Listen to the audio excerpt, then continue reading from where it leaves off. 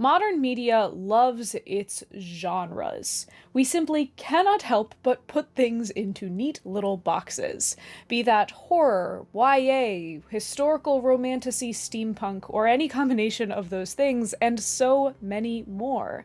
We've even gotten to the point where we're putting things into categories within the genres themselves, and science fiction is not safe from this. For well over 100 years, debates have raged on about what counts as real science fiction. Terms like hard sci-fi or soft sci-fi have emerged in the hopes of clarifying things, but they've really only made it all more convoluted, since no one can seem to agree on what those terms actually mean. And you might think that this level of ambiguity makes these categories kind of useless, but I don't know that I'd go that far. I think that these categories do have a very important utility in how we tell stories, but especially in how we read them. And today I want to get to the bottom of that. What are the different levels of science fiction? How can we start working towards definitions for these terms? And why does it all matter? Now, you should be forewarned that I am going to be spoiling a couple of the different pieces of media that I'm talking about in this video. Not super big spoilers, but light ones. So if you want to skip past those, I will be putting up a timestamp here and in the description when I start talking spoilers. You can go to that timestamp and skip over them. The debate between hard science fiction and soft science fiction has been raging for quite a long time, and we can trace it all the way back to two men who were both dubbed fathers of the genre, Jules Verne and H.G. Wells. Jules Verne wrote primarily at the end of the 19th century, and his stories were incredibly technical in nature. In his tales like 20,000 Leagues Under the Sea and Around the World in 80 Days, he expands on Victorian technology, exploring how science may advance in the future, especially in terms of things like exploration and travel. H.G. Wells started writing a bit after Verne, and he took a very different approach to the science fiction genre. In his sci-fi stories, such as The Time Machine or The War of the Worlds, Wells brushes off much of the technological details, and instead focuses on exploring the effects that even his highly fictionalized changes in science and technology may have had on humanity. Although both of these authors are now regarded as pioneers of their genre, there wasn't really all too much crossover in terms of the stories that they wrote, at least on a thematic level. But they were writing similar stories at the same time, so they were compared to each other pretty constantly, something that they themselves did not particularly appreciate. Jules Verne wrote of H.G. Wells, "There is no rapport between his work and mine. I make use of physics. He invents. I go to the moon in a cannonball discharged from a cannon. Here there is no invention. He goes to Mars in an airship, which he constructs of a metal which does away with the laws of gravitation." Wells, in return, accused Verne's works of lacking thoughtfulness and a personality. Jules Verne was the kind of person who wanted to show you exactly how you could get into space, whereas Wells was the kind of person who wanted to focus on what mankind would do once they had gotten to space. Neither of these approaches were wrong, and honestly, neither of their critiques were particularly wrong if we're talking about truly well-rounded science fiction, but they were definitely different approaches to the genre. Not only did these two authors lay the foundation for the different forms of sci-fi that we would come to see in the future, but the way that their works were responded to would also predicate how these works are responded to even today. Jules Verne gained a dedicated cult following and was highly praised for his technical prowess. Wells' works, meanwhile, have seen much more lasting popularity and relevance. It's been noted that Verne's works tend to be very much period pieces. Because he was working so specifically from his time period's technology and their vision of science and how the world works, his stories don't really work if you move them into the modern day, whereas Wells' works, while not as technologically grounded, have been much more applicable through time. So even during the very juvenile years of the science fiction genre, we can see that there was a bit of a branching between these two different versions of science fiction. But it wasn't until well into the 20th century that these different types of science fiction got names. In 1955, C.S. Lewis referred to these stories of Verne's ilk as engineer stories, but throughout the 50s, sci-fi reviewer P. Schuler Miller tossed around terms like straight sci-fi or quantitative sci-fi to differentiate these stories from others. In 1957, in a review for John W. Campbell's Islands of Space, Miller referred to the story as very characteristic of the best hard science fiction of its day. The kind of casual use of this term by Miller implies that the term was likely being used colloquially and in conversation before it was officially published, but this is one of the first instances we have of the term hard science fiction appearing. It's impossible to say exactly how quickly this term proliferated through the science fiction community, but by 1971, Isaac Asimov was referring to himself as a hard science fiction man. So it seems that by the 70s, this was a well-recognized term. The development of the term soft science fiction is even more nebulous, but I think it's fair to say that as the concept of hard science fiction distilled, soft was just naturally its opposite. Now, pinning an exact definition to these terms was going to prove a lot more difficult than simply coming up with them. In 1979, Peter Nichols said that hardcore sci-fi was, first, the kind of sci-fi which repeats the themes and usually the style of genre sci-fi written during the so-called golden age of sci-fi. Second, it is science fiction that deals with the so-called hard sciences. Now, I don't really like either part of this definition. The first part claims that hard science fiction is hard science fiction when it is based off of the hard science fiction of the past, which is an Ouroboros of a definition that doesn't really tell us much. The second part of the definition says that it is sci-fi that deals with the so-called hard sciences. Now, the term so-called is doing a lot of work there because what you call the hard sciences is going to change from one person to another. Now, there are things like physics and chemistry that are generally regarded as the hard sciences, but all sci-fi, even the very softest, deals with those in one way or another because those are kind of foundational parts of science. And then there's the term deals with, that these stories deal with the hard sciences.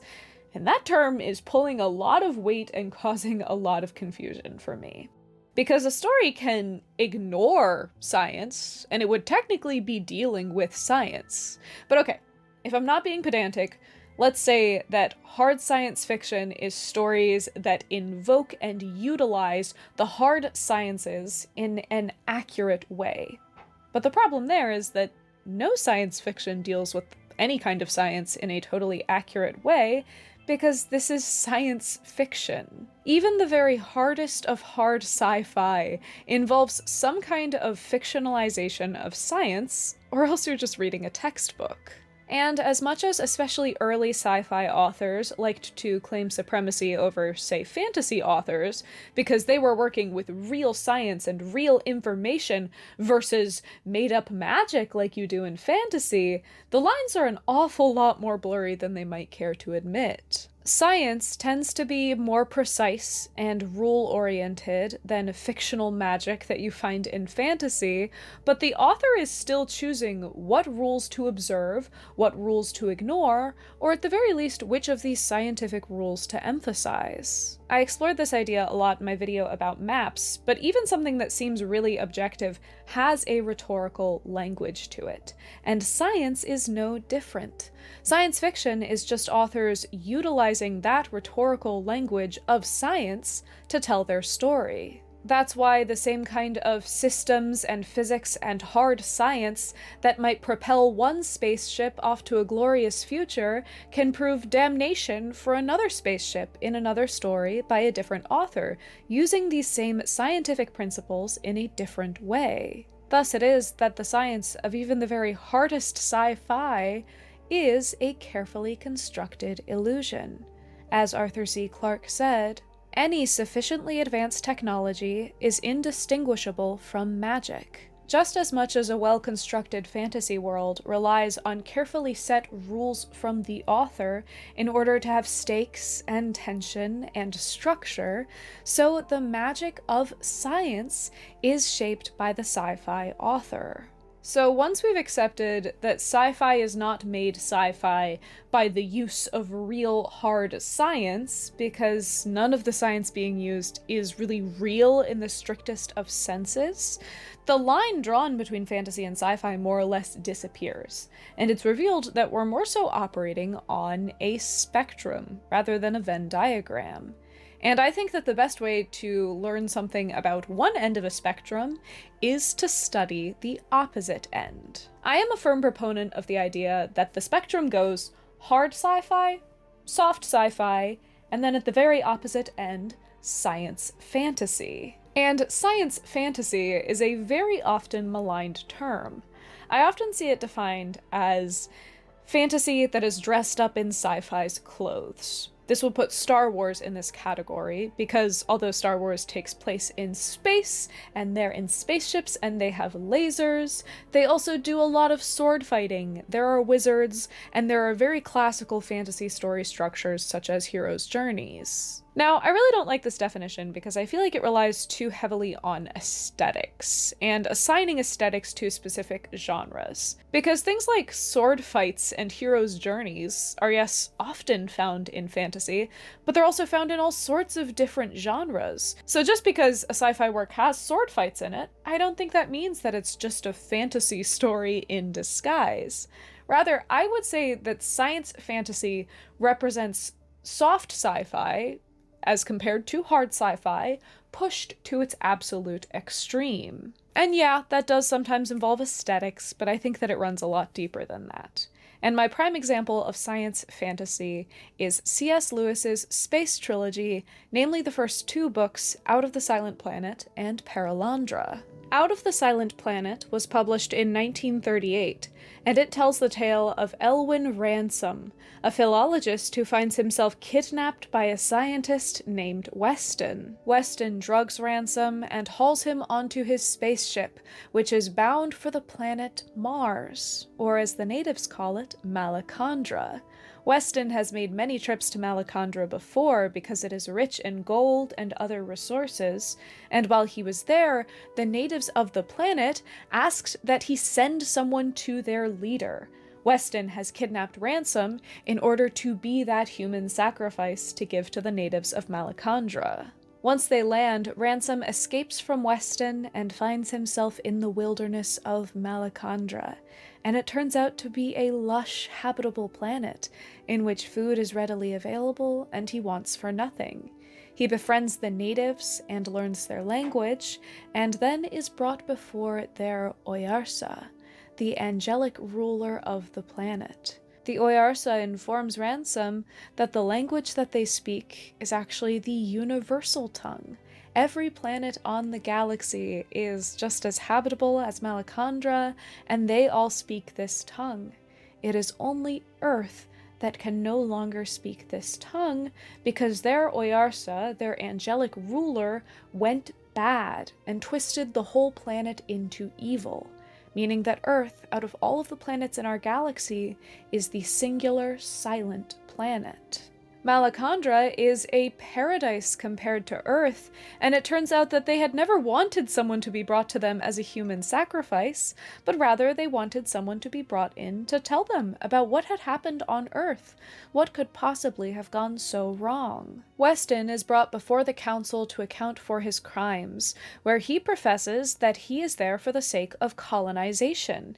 He wants to exterminate all of the natives of Malacandra so that the human race might spread across the galaxy. He is completely unswayed by the divinity and power of the Oyarsa. Indeed, he refuses to believe that the angelic creature exists at all. Ransom has to apologize for Weston and argue with him, and eventually the Oyarsa makes it clear that Weston cannot stay on the planet for the sake of its own peace. They offer that Ransom could stay on Malacandra, but he decides to go back, and thus they make the perilous journey back to Earth. They settle themselves back in, and Ransom eventually tells his tale of extraplanetary travel to a scholar named Lewis. The science in Out of the Silent Planet is really more of a framework than anything. Now, it is worth remembering that C.S. Lewis was operating off of a mid-1930s understanding of space travel, so some things are absolutely forgivable, and he does make an effort, especially on the spaceship itself. There are conversations of gravity and temperature, and they're constantly being told not to talk as much because they're going to use up all of the air that they have saved up on the ship. This loose understanding of science even goes onto the planet of Malacandra itself, where Lewis says that the gravity is lower, and that means that everything grows really tall and spindly compared to the way it grows on Earth. So there are definitely nods made towards the science of this science fiction story, but I wouldn't say that any of it really holds up as scientifically sound, and I don't think it was really meant to. But whatever loose understanding of science there is in Out of the Silent Planet, it mostly goes out the window in the sequel, Paralandra. In Paralandra, Ransom, who is back on Earth, is called up by the Oyarsa that he once knew for a new journey.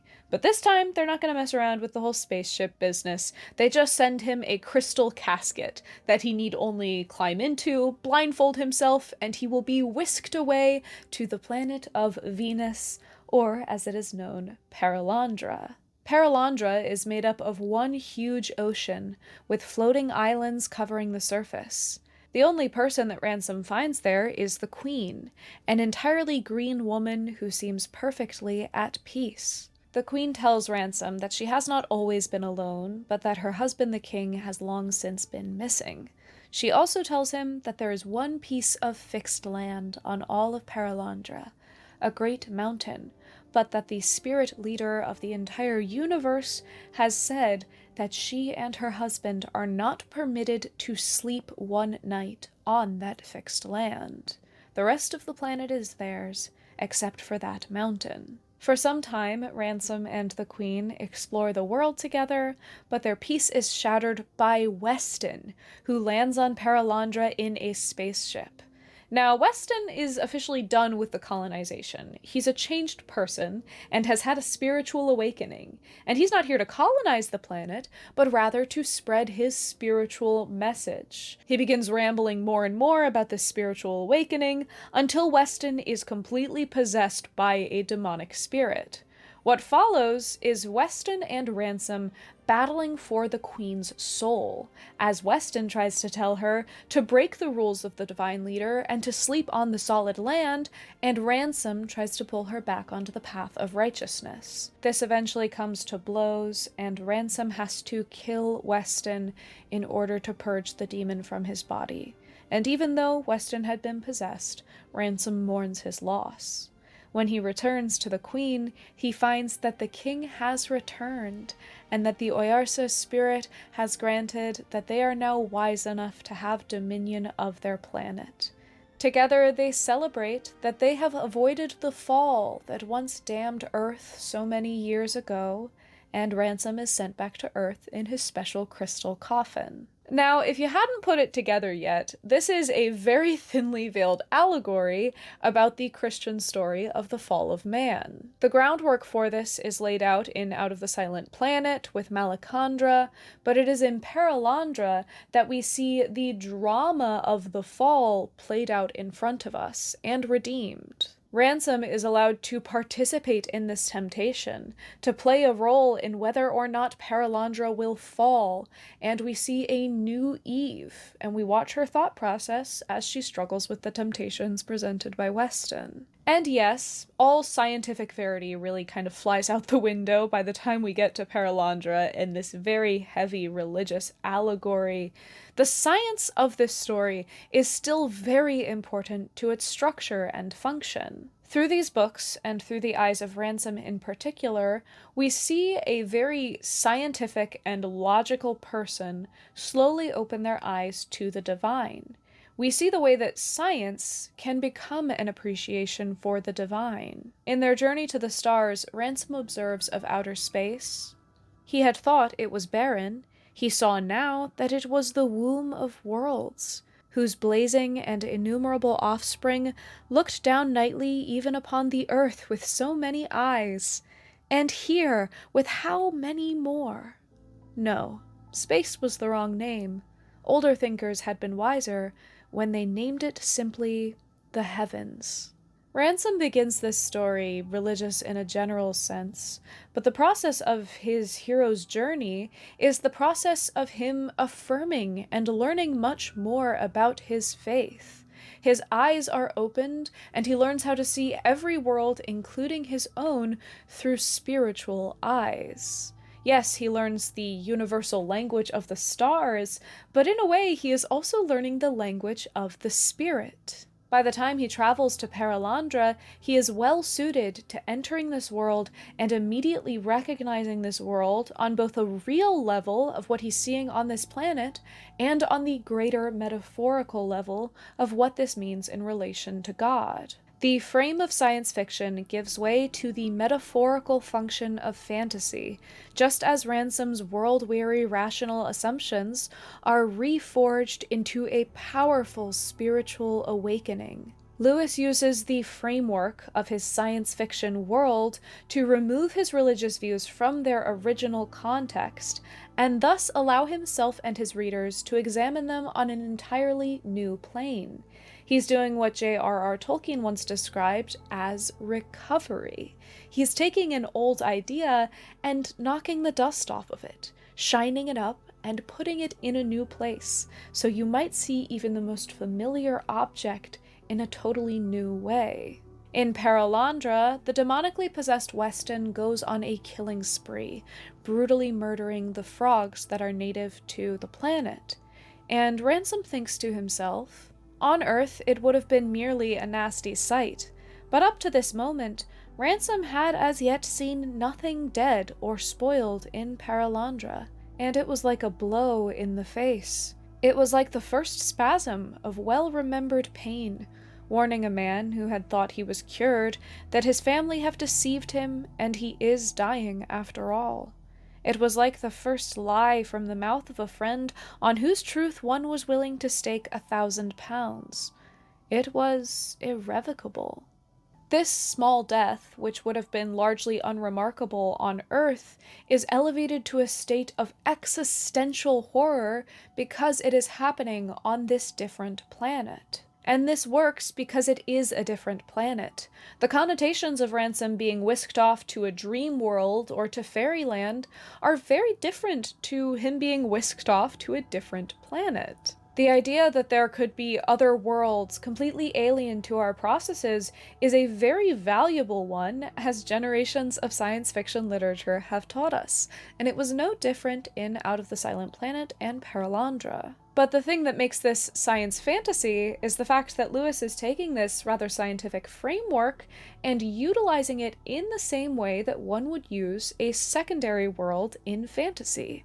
He's utilizing the connotations of science fiction, but through the structures and systems that you would typically see in fantasy literature. So on a surface level, it certainly looks like science fantasy is fantasy that's dressed up in sci-fi clothes, but I think that good science fantasy gets down onto a deeper level, and it becomes about how you are using the tools typically associated with each genre. Science fantasy, then, is a story that uses the tools and tricks commonly utilized by science fiction to lever open the sort of stories that we most typically see in fantasy. But I will say that it is a spectrum, and I think that science fantasy is about as close to fantasy as you can get without just outright writing fantasy. But there is one in the middle here, and that is soft science fiction. And compared to science fantasy, we do have some working definitions of soft fantasy, but I wouldn't necessarily say they're the most useful. The Oxford Dictionary of Science Fiction says that soft sci-fi is either fiction emphasizing the social science and focusing on societal, cultural, or political development rather than natural science and technology, or sci-fi where scientific elements serve as the background rather than the central focus. Now, this description covers, frankly, most of science fiction. You could make an argument for Star Trek, Frankenstein, Firefly, most of Ursula K. Le Guin's sci-fi writing, Blade Runner, and so much more. But I think that the one piece of soft sci-fi that really helps clarify what the subgenre is, that is, of course, Frank Herbert's Dune. The story of Dune takes us to a distant future in which the human race has undergone massive expansion and development.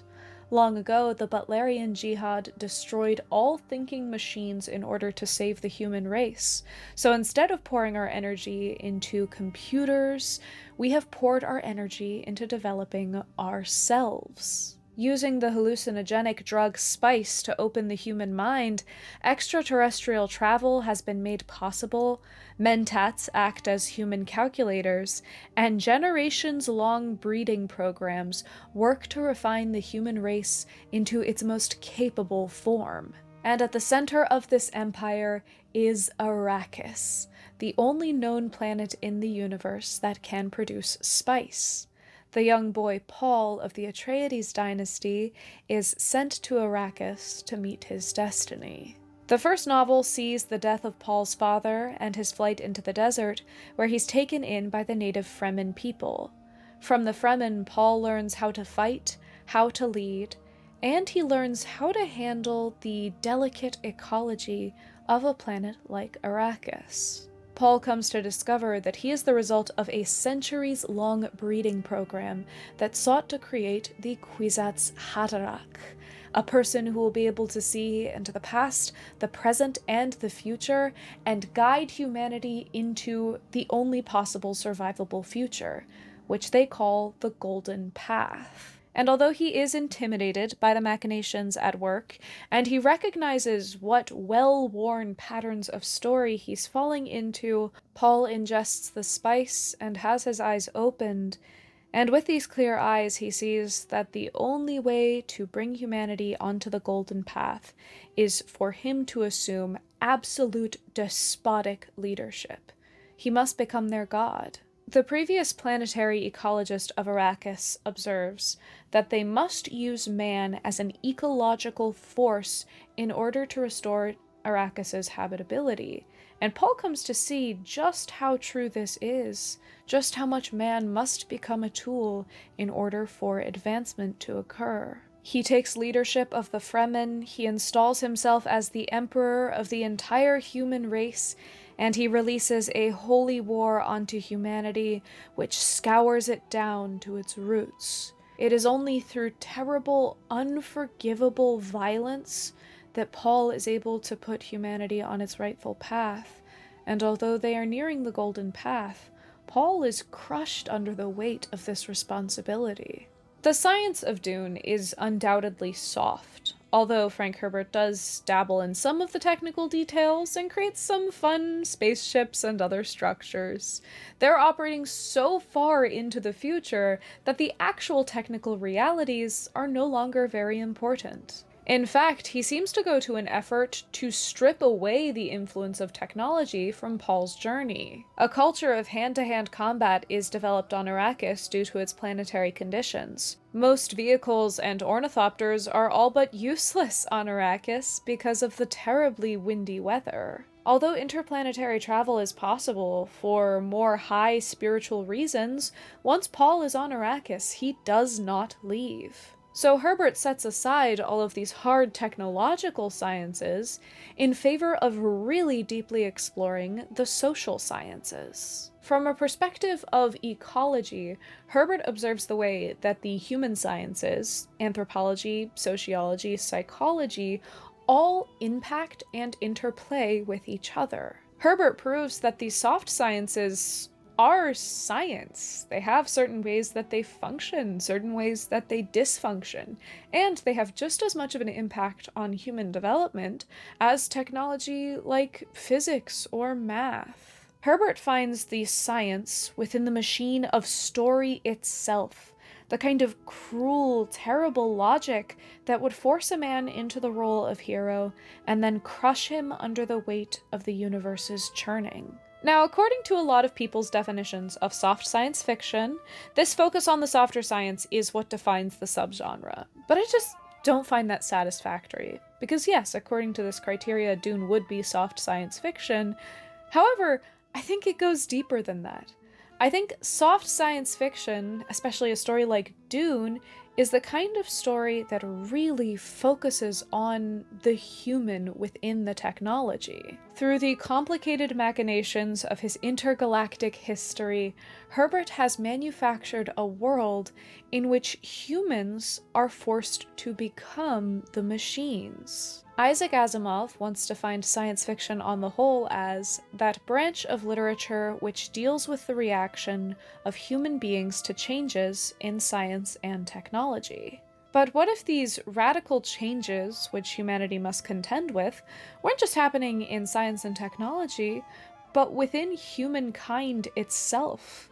What if it wasn't the laser guns or hyperdrive or psychohistory that was forcing humanity to develop, but the development of the human mind itself and the way that we interact with each other? This forces us to ask questions about what humanity is truly capable of, both for good and for evil. What kind of hope would we really have as a race if we were all that we had to rely on to save us? Dune paints a portrait of what this world would look like that is both tragic, brutal, and strangely hopeful.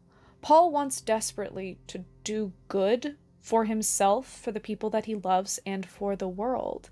But he finds himself trapped in these larger social machines that simply will not allow him to act in a way that he finds good. Upon achieving domination, Paul muses, once, long ago, he'd thought of himself as an inventor of government, but the invention had fallen into old patterns. It was like some hideous contrivance with plastic memory. Shape it any way you wanted, but relax for a moment and it snapped into the ancient forms. Forces at work beyond his reach in human breasts eluded and defied him. Dune is the perfect example of soft science fiction because not only is it about the soft sciences, but it shows us just how malleable science can be in itself. There's an understanding here that all science is just a human invention. It is just our best attempt at understanding the world around us. And that's going to be beautiful sometimes, but it's also going to come with very human errors and biases. I wouldn't say that Dune is science fantasy because it is more grounded and it operates more like a science fiction story would. But I do think that it is exemplary soft science fiction in the way that it softens your perception of science itself. As I think I said before, soft science fiction makes up most of the bulk of science fiction, both because it kind of covers the widest chunk of the spectrum that we've been talking about, and because it's simply the most marketable. But that doesn't mean that hard science fiction doesn't have a place. Hard science fiction really blossomed in the mid-20th century with authors like Isaac Asimov and Robert Heinlein. It even saw a brief foray into film with works like 2001: A Space Odyssey, but there is still plenty of hard science fiction being produced nowadays, such as, arguably, The Three-Body Problem and The Expanse. But my favorite work of contemporary hard science fiction is Andy Weir's Project Hail Mary. You might know Andy Weir because he also wrote The Martian, which was made into a movie and was very popular, but I think that Project Hail Mary is the perfect encapsulation of what really good hard science fiction is able to do. Project Hail Mary takes place in a very near future in which the sun seems to be dying.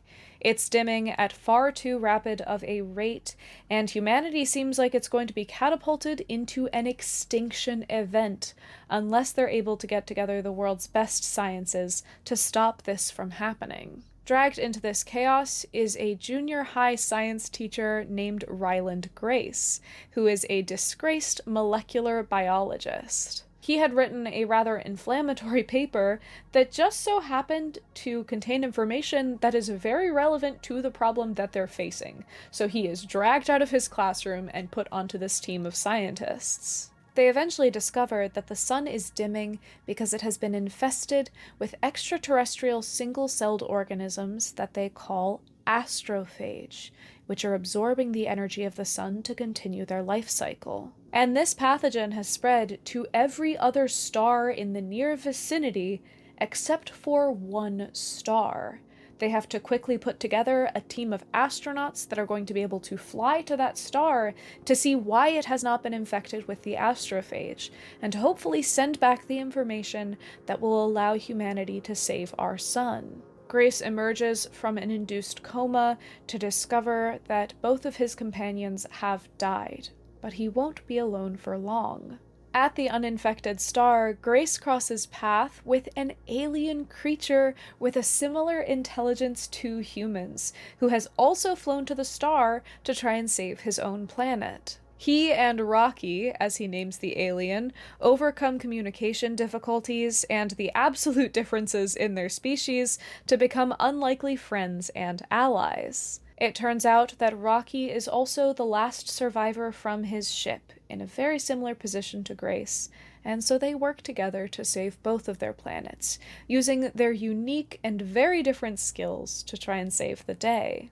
The heartbeat of this story is undoubtedly the science. That is what allows for the suspense, the building of tension, the conflict itself. It is all very based in this science, but Andy Weir pulls us into that science because he has very carefully chosen the characters in this story to be the kind of characters that work with that kind of problem. Because our perspective character is Ryland Grace, who's someone who is very engaged and capable of explaining the things that he's discovering, and very excited about discovering the secrets of the astrophage, the audience is pulled into that excitement with him, even if they don't necessarily know much about science. Even the relationship between Grace and Rocky acts as an excellent platform for ideas of the development of a species to be explored in a way that it's very hard to in most literature. Clearly, their societies were relatively equally matched in terms of technology because both of them were able to send a spaceship out to fix this problem.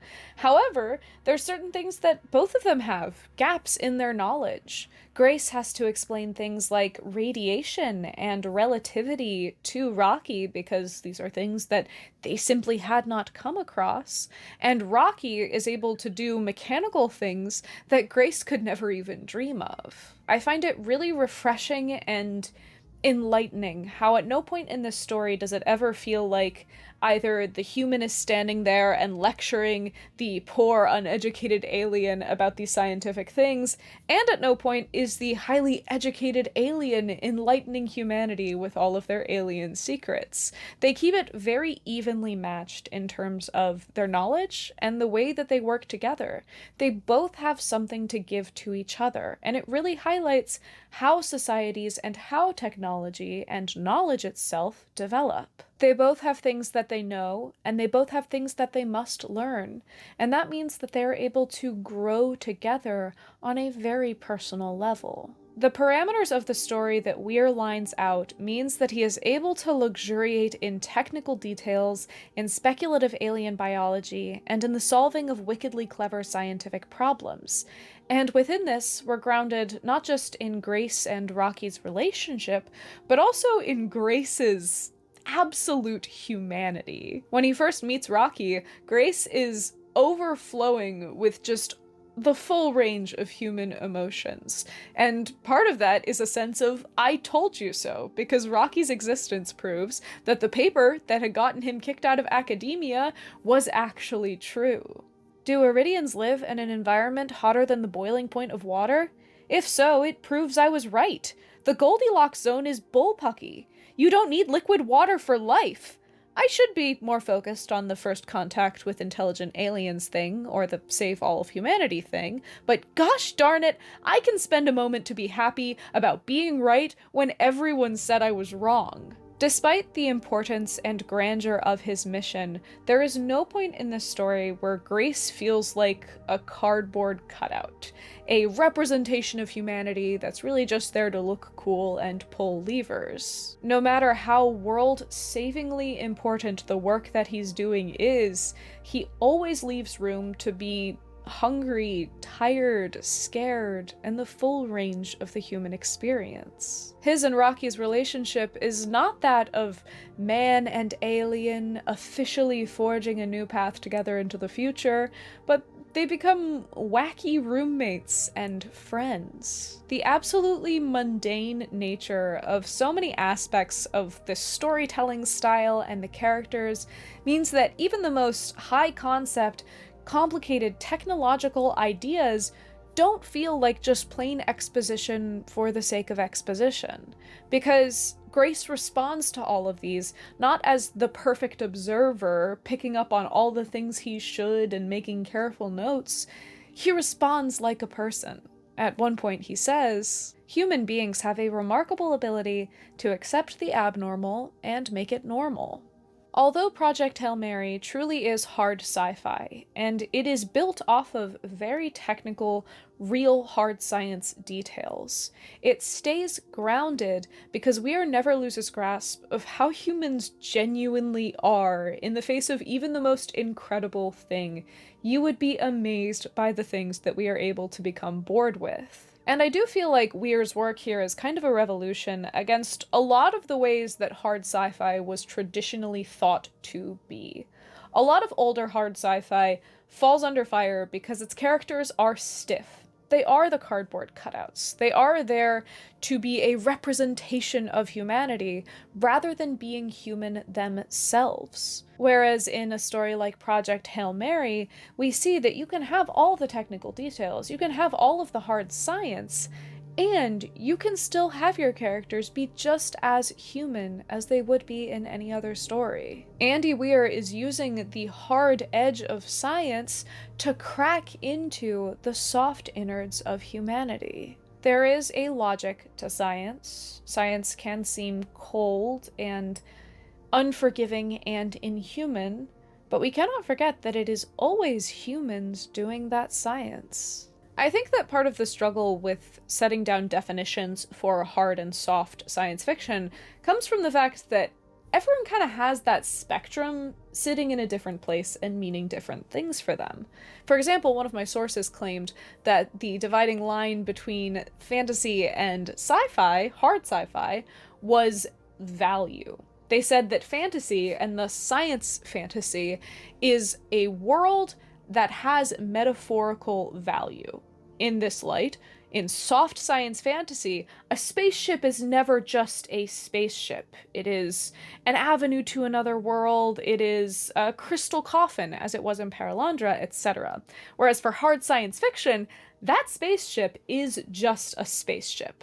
Now, I will say that I don't think that this is true. Sure, the crystal coffin of Paralandra is definitely more of a metaphorical spaceship than a literal one, but I think it's totally unfair to say that in something like Project Hail Mary, that the ship is just a ship. Towards the end of the story, Grace observes, "Maybe it's just the childish optimist in me, but humanity can be pretty impressive when we put our minds to it. After all, everyone worked together to build the Hail Mary. That was no easy feat." Grace's ship is a technical solution to a technical problem, but that doesn't mean that it can't also have metaphorical value as the manifestation of what humanity is capable of. Now, I will say that I think you can make an argument that this spectrum that we're looking at is really a function of the author's focus. On the science fantasy end of things, for an author like C.S. Lewis, the technical explanations are relatively unimportant. Upon first boarding the spaceship, Ransom has a bunch of questions about how everything works, and Weston just tells him, "As to how we do it, I suppose you mean how the spaceship works. There's no good you're asking that. Unless you were one of the 4 or 5 real physicists now living, you couldn't understand. And if there were any chance of your understanding, you certainly wouldn't be told. If it makes you happy to repeat words that don't mean anything, which is, in fact, what unscientific people want when they ask for an explanation, you may say we work by exploiting the less observed properties of solar radiation." Lewis assumes that most of his readers, like Ransom, wouldn't really even understand what was being said if he had written out a long technical explanation of exactly how this spaceship works. And To be honest, the technical details just don't really matter to the story all too much. You don't watch Wallace and Gromit and think to yourself, how are they propelling that ship into the heavens? You're just there to watch them eat cheese. For Lewis, and for this kind of softer science fantasy, the explanation is irrelevant, and thus it is hand-waved away with the barest description possible. Now, Herbert is living a little bit more in the realm of scientific reality, but he still knows where to draw the line and not go any deeper. He engages in extended political, sociological, and anthropological explanations for things, but there are certain aspects of this world that just go completely unexplained. It seems like he's saying that sometimes things just are the way that they are, and you're actually better off not fully understanding it. And I think that that was actually the point of the story. Part of where Paul goes wrong and why he experiences so much agony is because he does understand how everything works, and he would probably be better off without it. Paul observes, "I think I tried to invent life, not realizing it had already been invented." Herbert doesn't need to reinvent the wheel just as much as he doesn't need to reinvent the human person. There are certain aspects of humanity that you're better off just putting up your hands and saying that that's just how it works because that's how it works. And in Herbert's world, this lack of scientific explanation in certain areas keeps it from clogging the story up. Project Hail Mary, meanwhile, relies heavily on these explanations to propel the story forward. He spends pages talking about how the ship is propelled and the fuel that it uses, but that is going to become an important part of the story. It's how he builds tension, it's how he has payoffs. The technical explanations in Project Hail Mary, the depth of science used in the story, is a function of the story itself, and thus very necessary in a way that it wasn't necessary for C.S. Lewis. I almost think of all of these scientific explanations as scaffolding, and the degree to which you require scaffolding is going to be very dependent on the kind of building that you're creating. If you're C.S. Lewis and you're building yourself a sprawling one-story house, you're really not going to need the scaffolding all too much, except for maybe some little touches on the roof. Meanwhile, Frank Herbert was building a 2- or 3-story mansion, which it was useful to have the scaffolding for, but there's still a lot of it that he can do on foot. Meanwhile, Project Hail Mary was building a skyscraper, and thus the scaffolding is very much going to be needed. None of these stories are better than each other, and the scaffolding never becomes less important or less useful just because it's not being used as much. It really just depends on the kind of story that you're trying to tell. We could even look at this spectrum as a kind of push and pull between reason and instinct. In his essay, which is linked in my sources below, Jack P. Rowlands refers to this as the daytime instinct and the nighttime instinct. And this daytime-nighttime thing kind of comes down to, how do you respond to seeing a monster in your room? Are you going to go by nightmare rules, where screaming and running away and accepting that this is a monster right off the bat is the correct approach?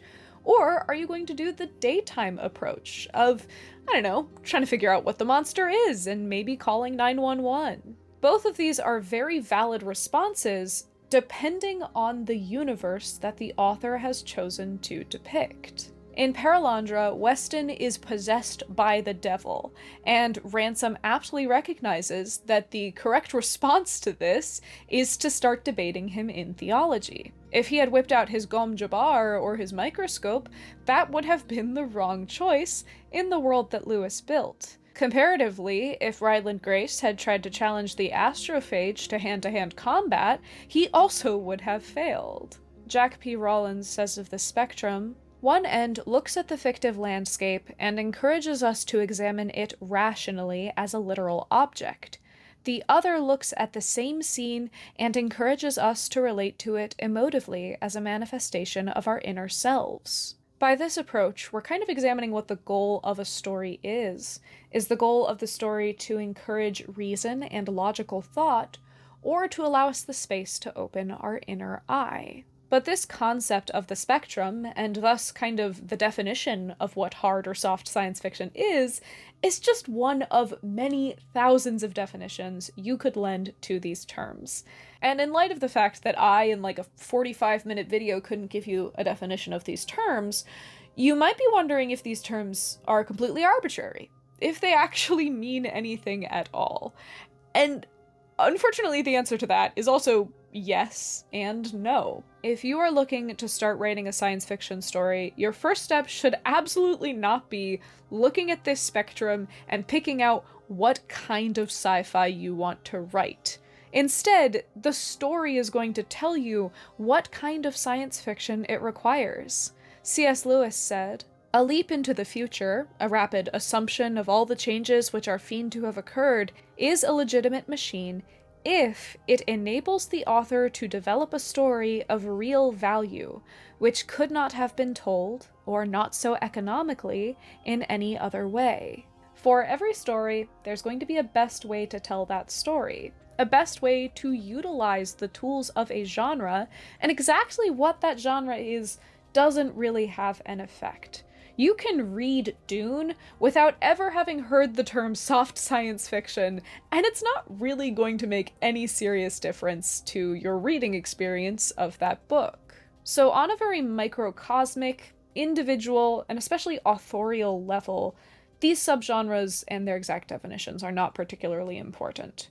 But where they do become relevant is on more of a macrocosmic, on a larger scale. Knowing the genre or subgenre of a story can be hugely helpful in figuring out how to read that story.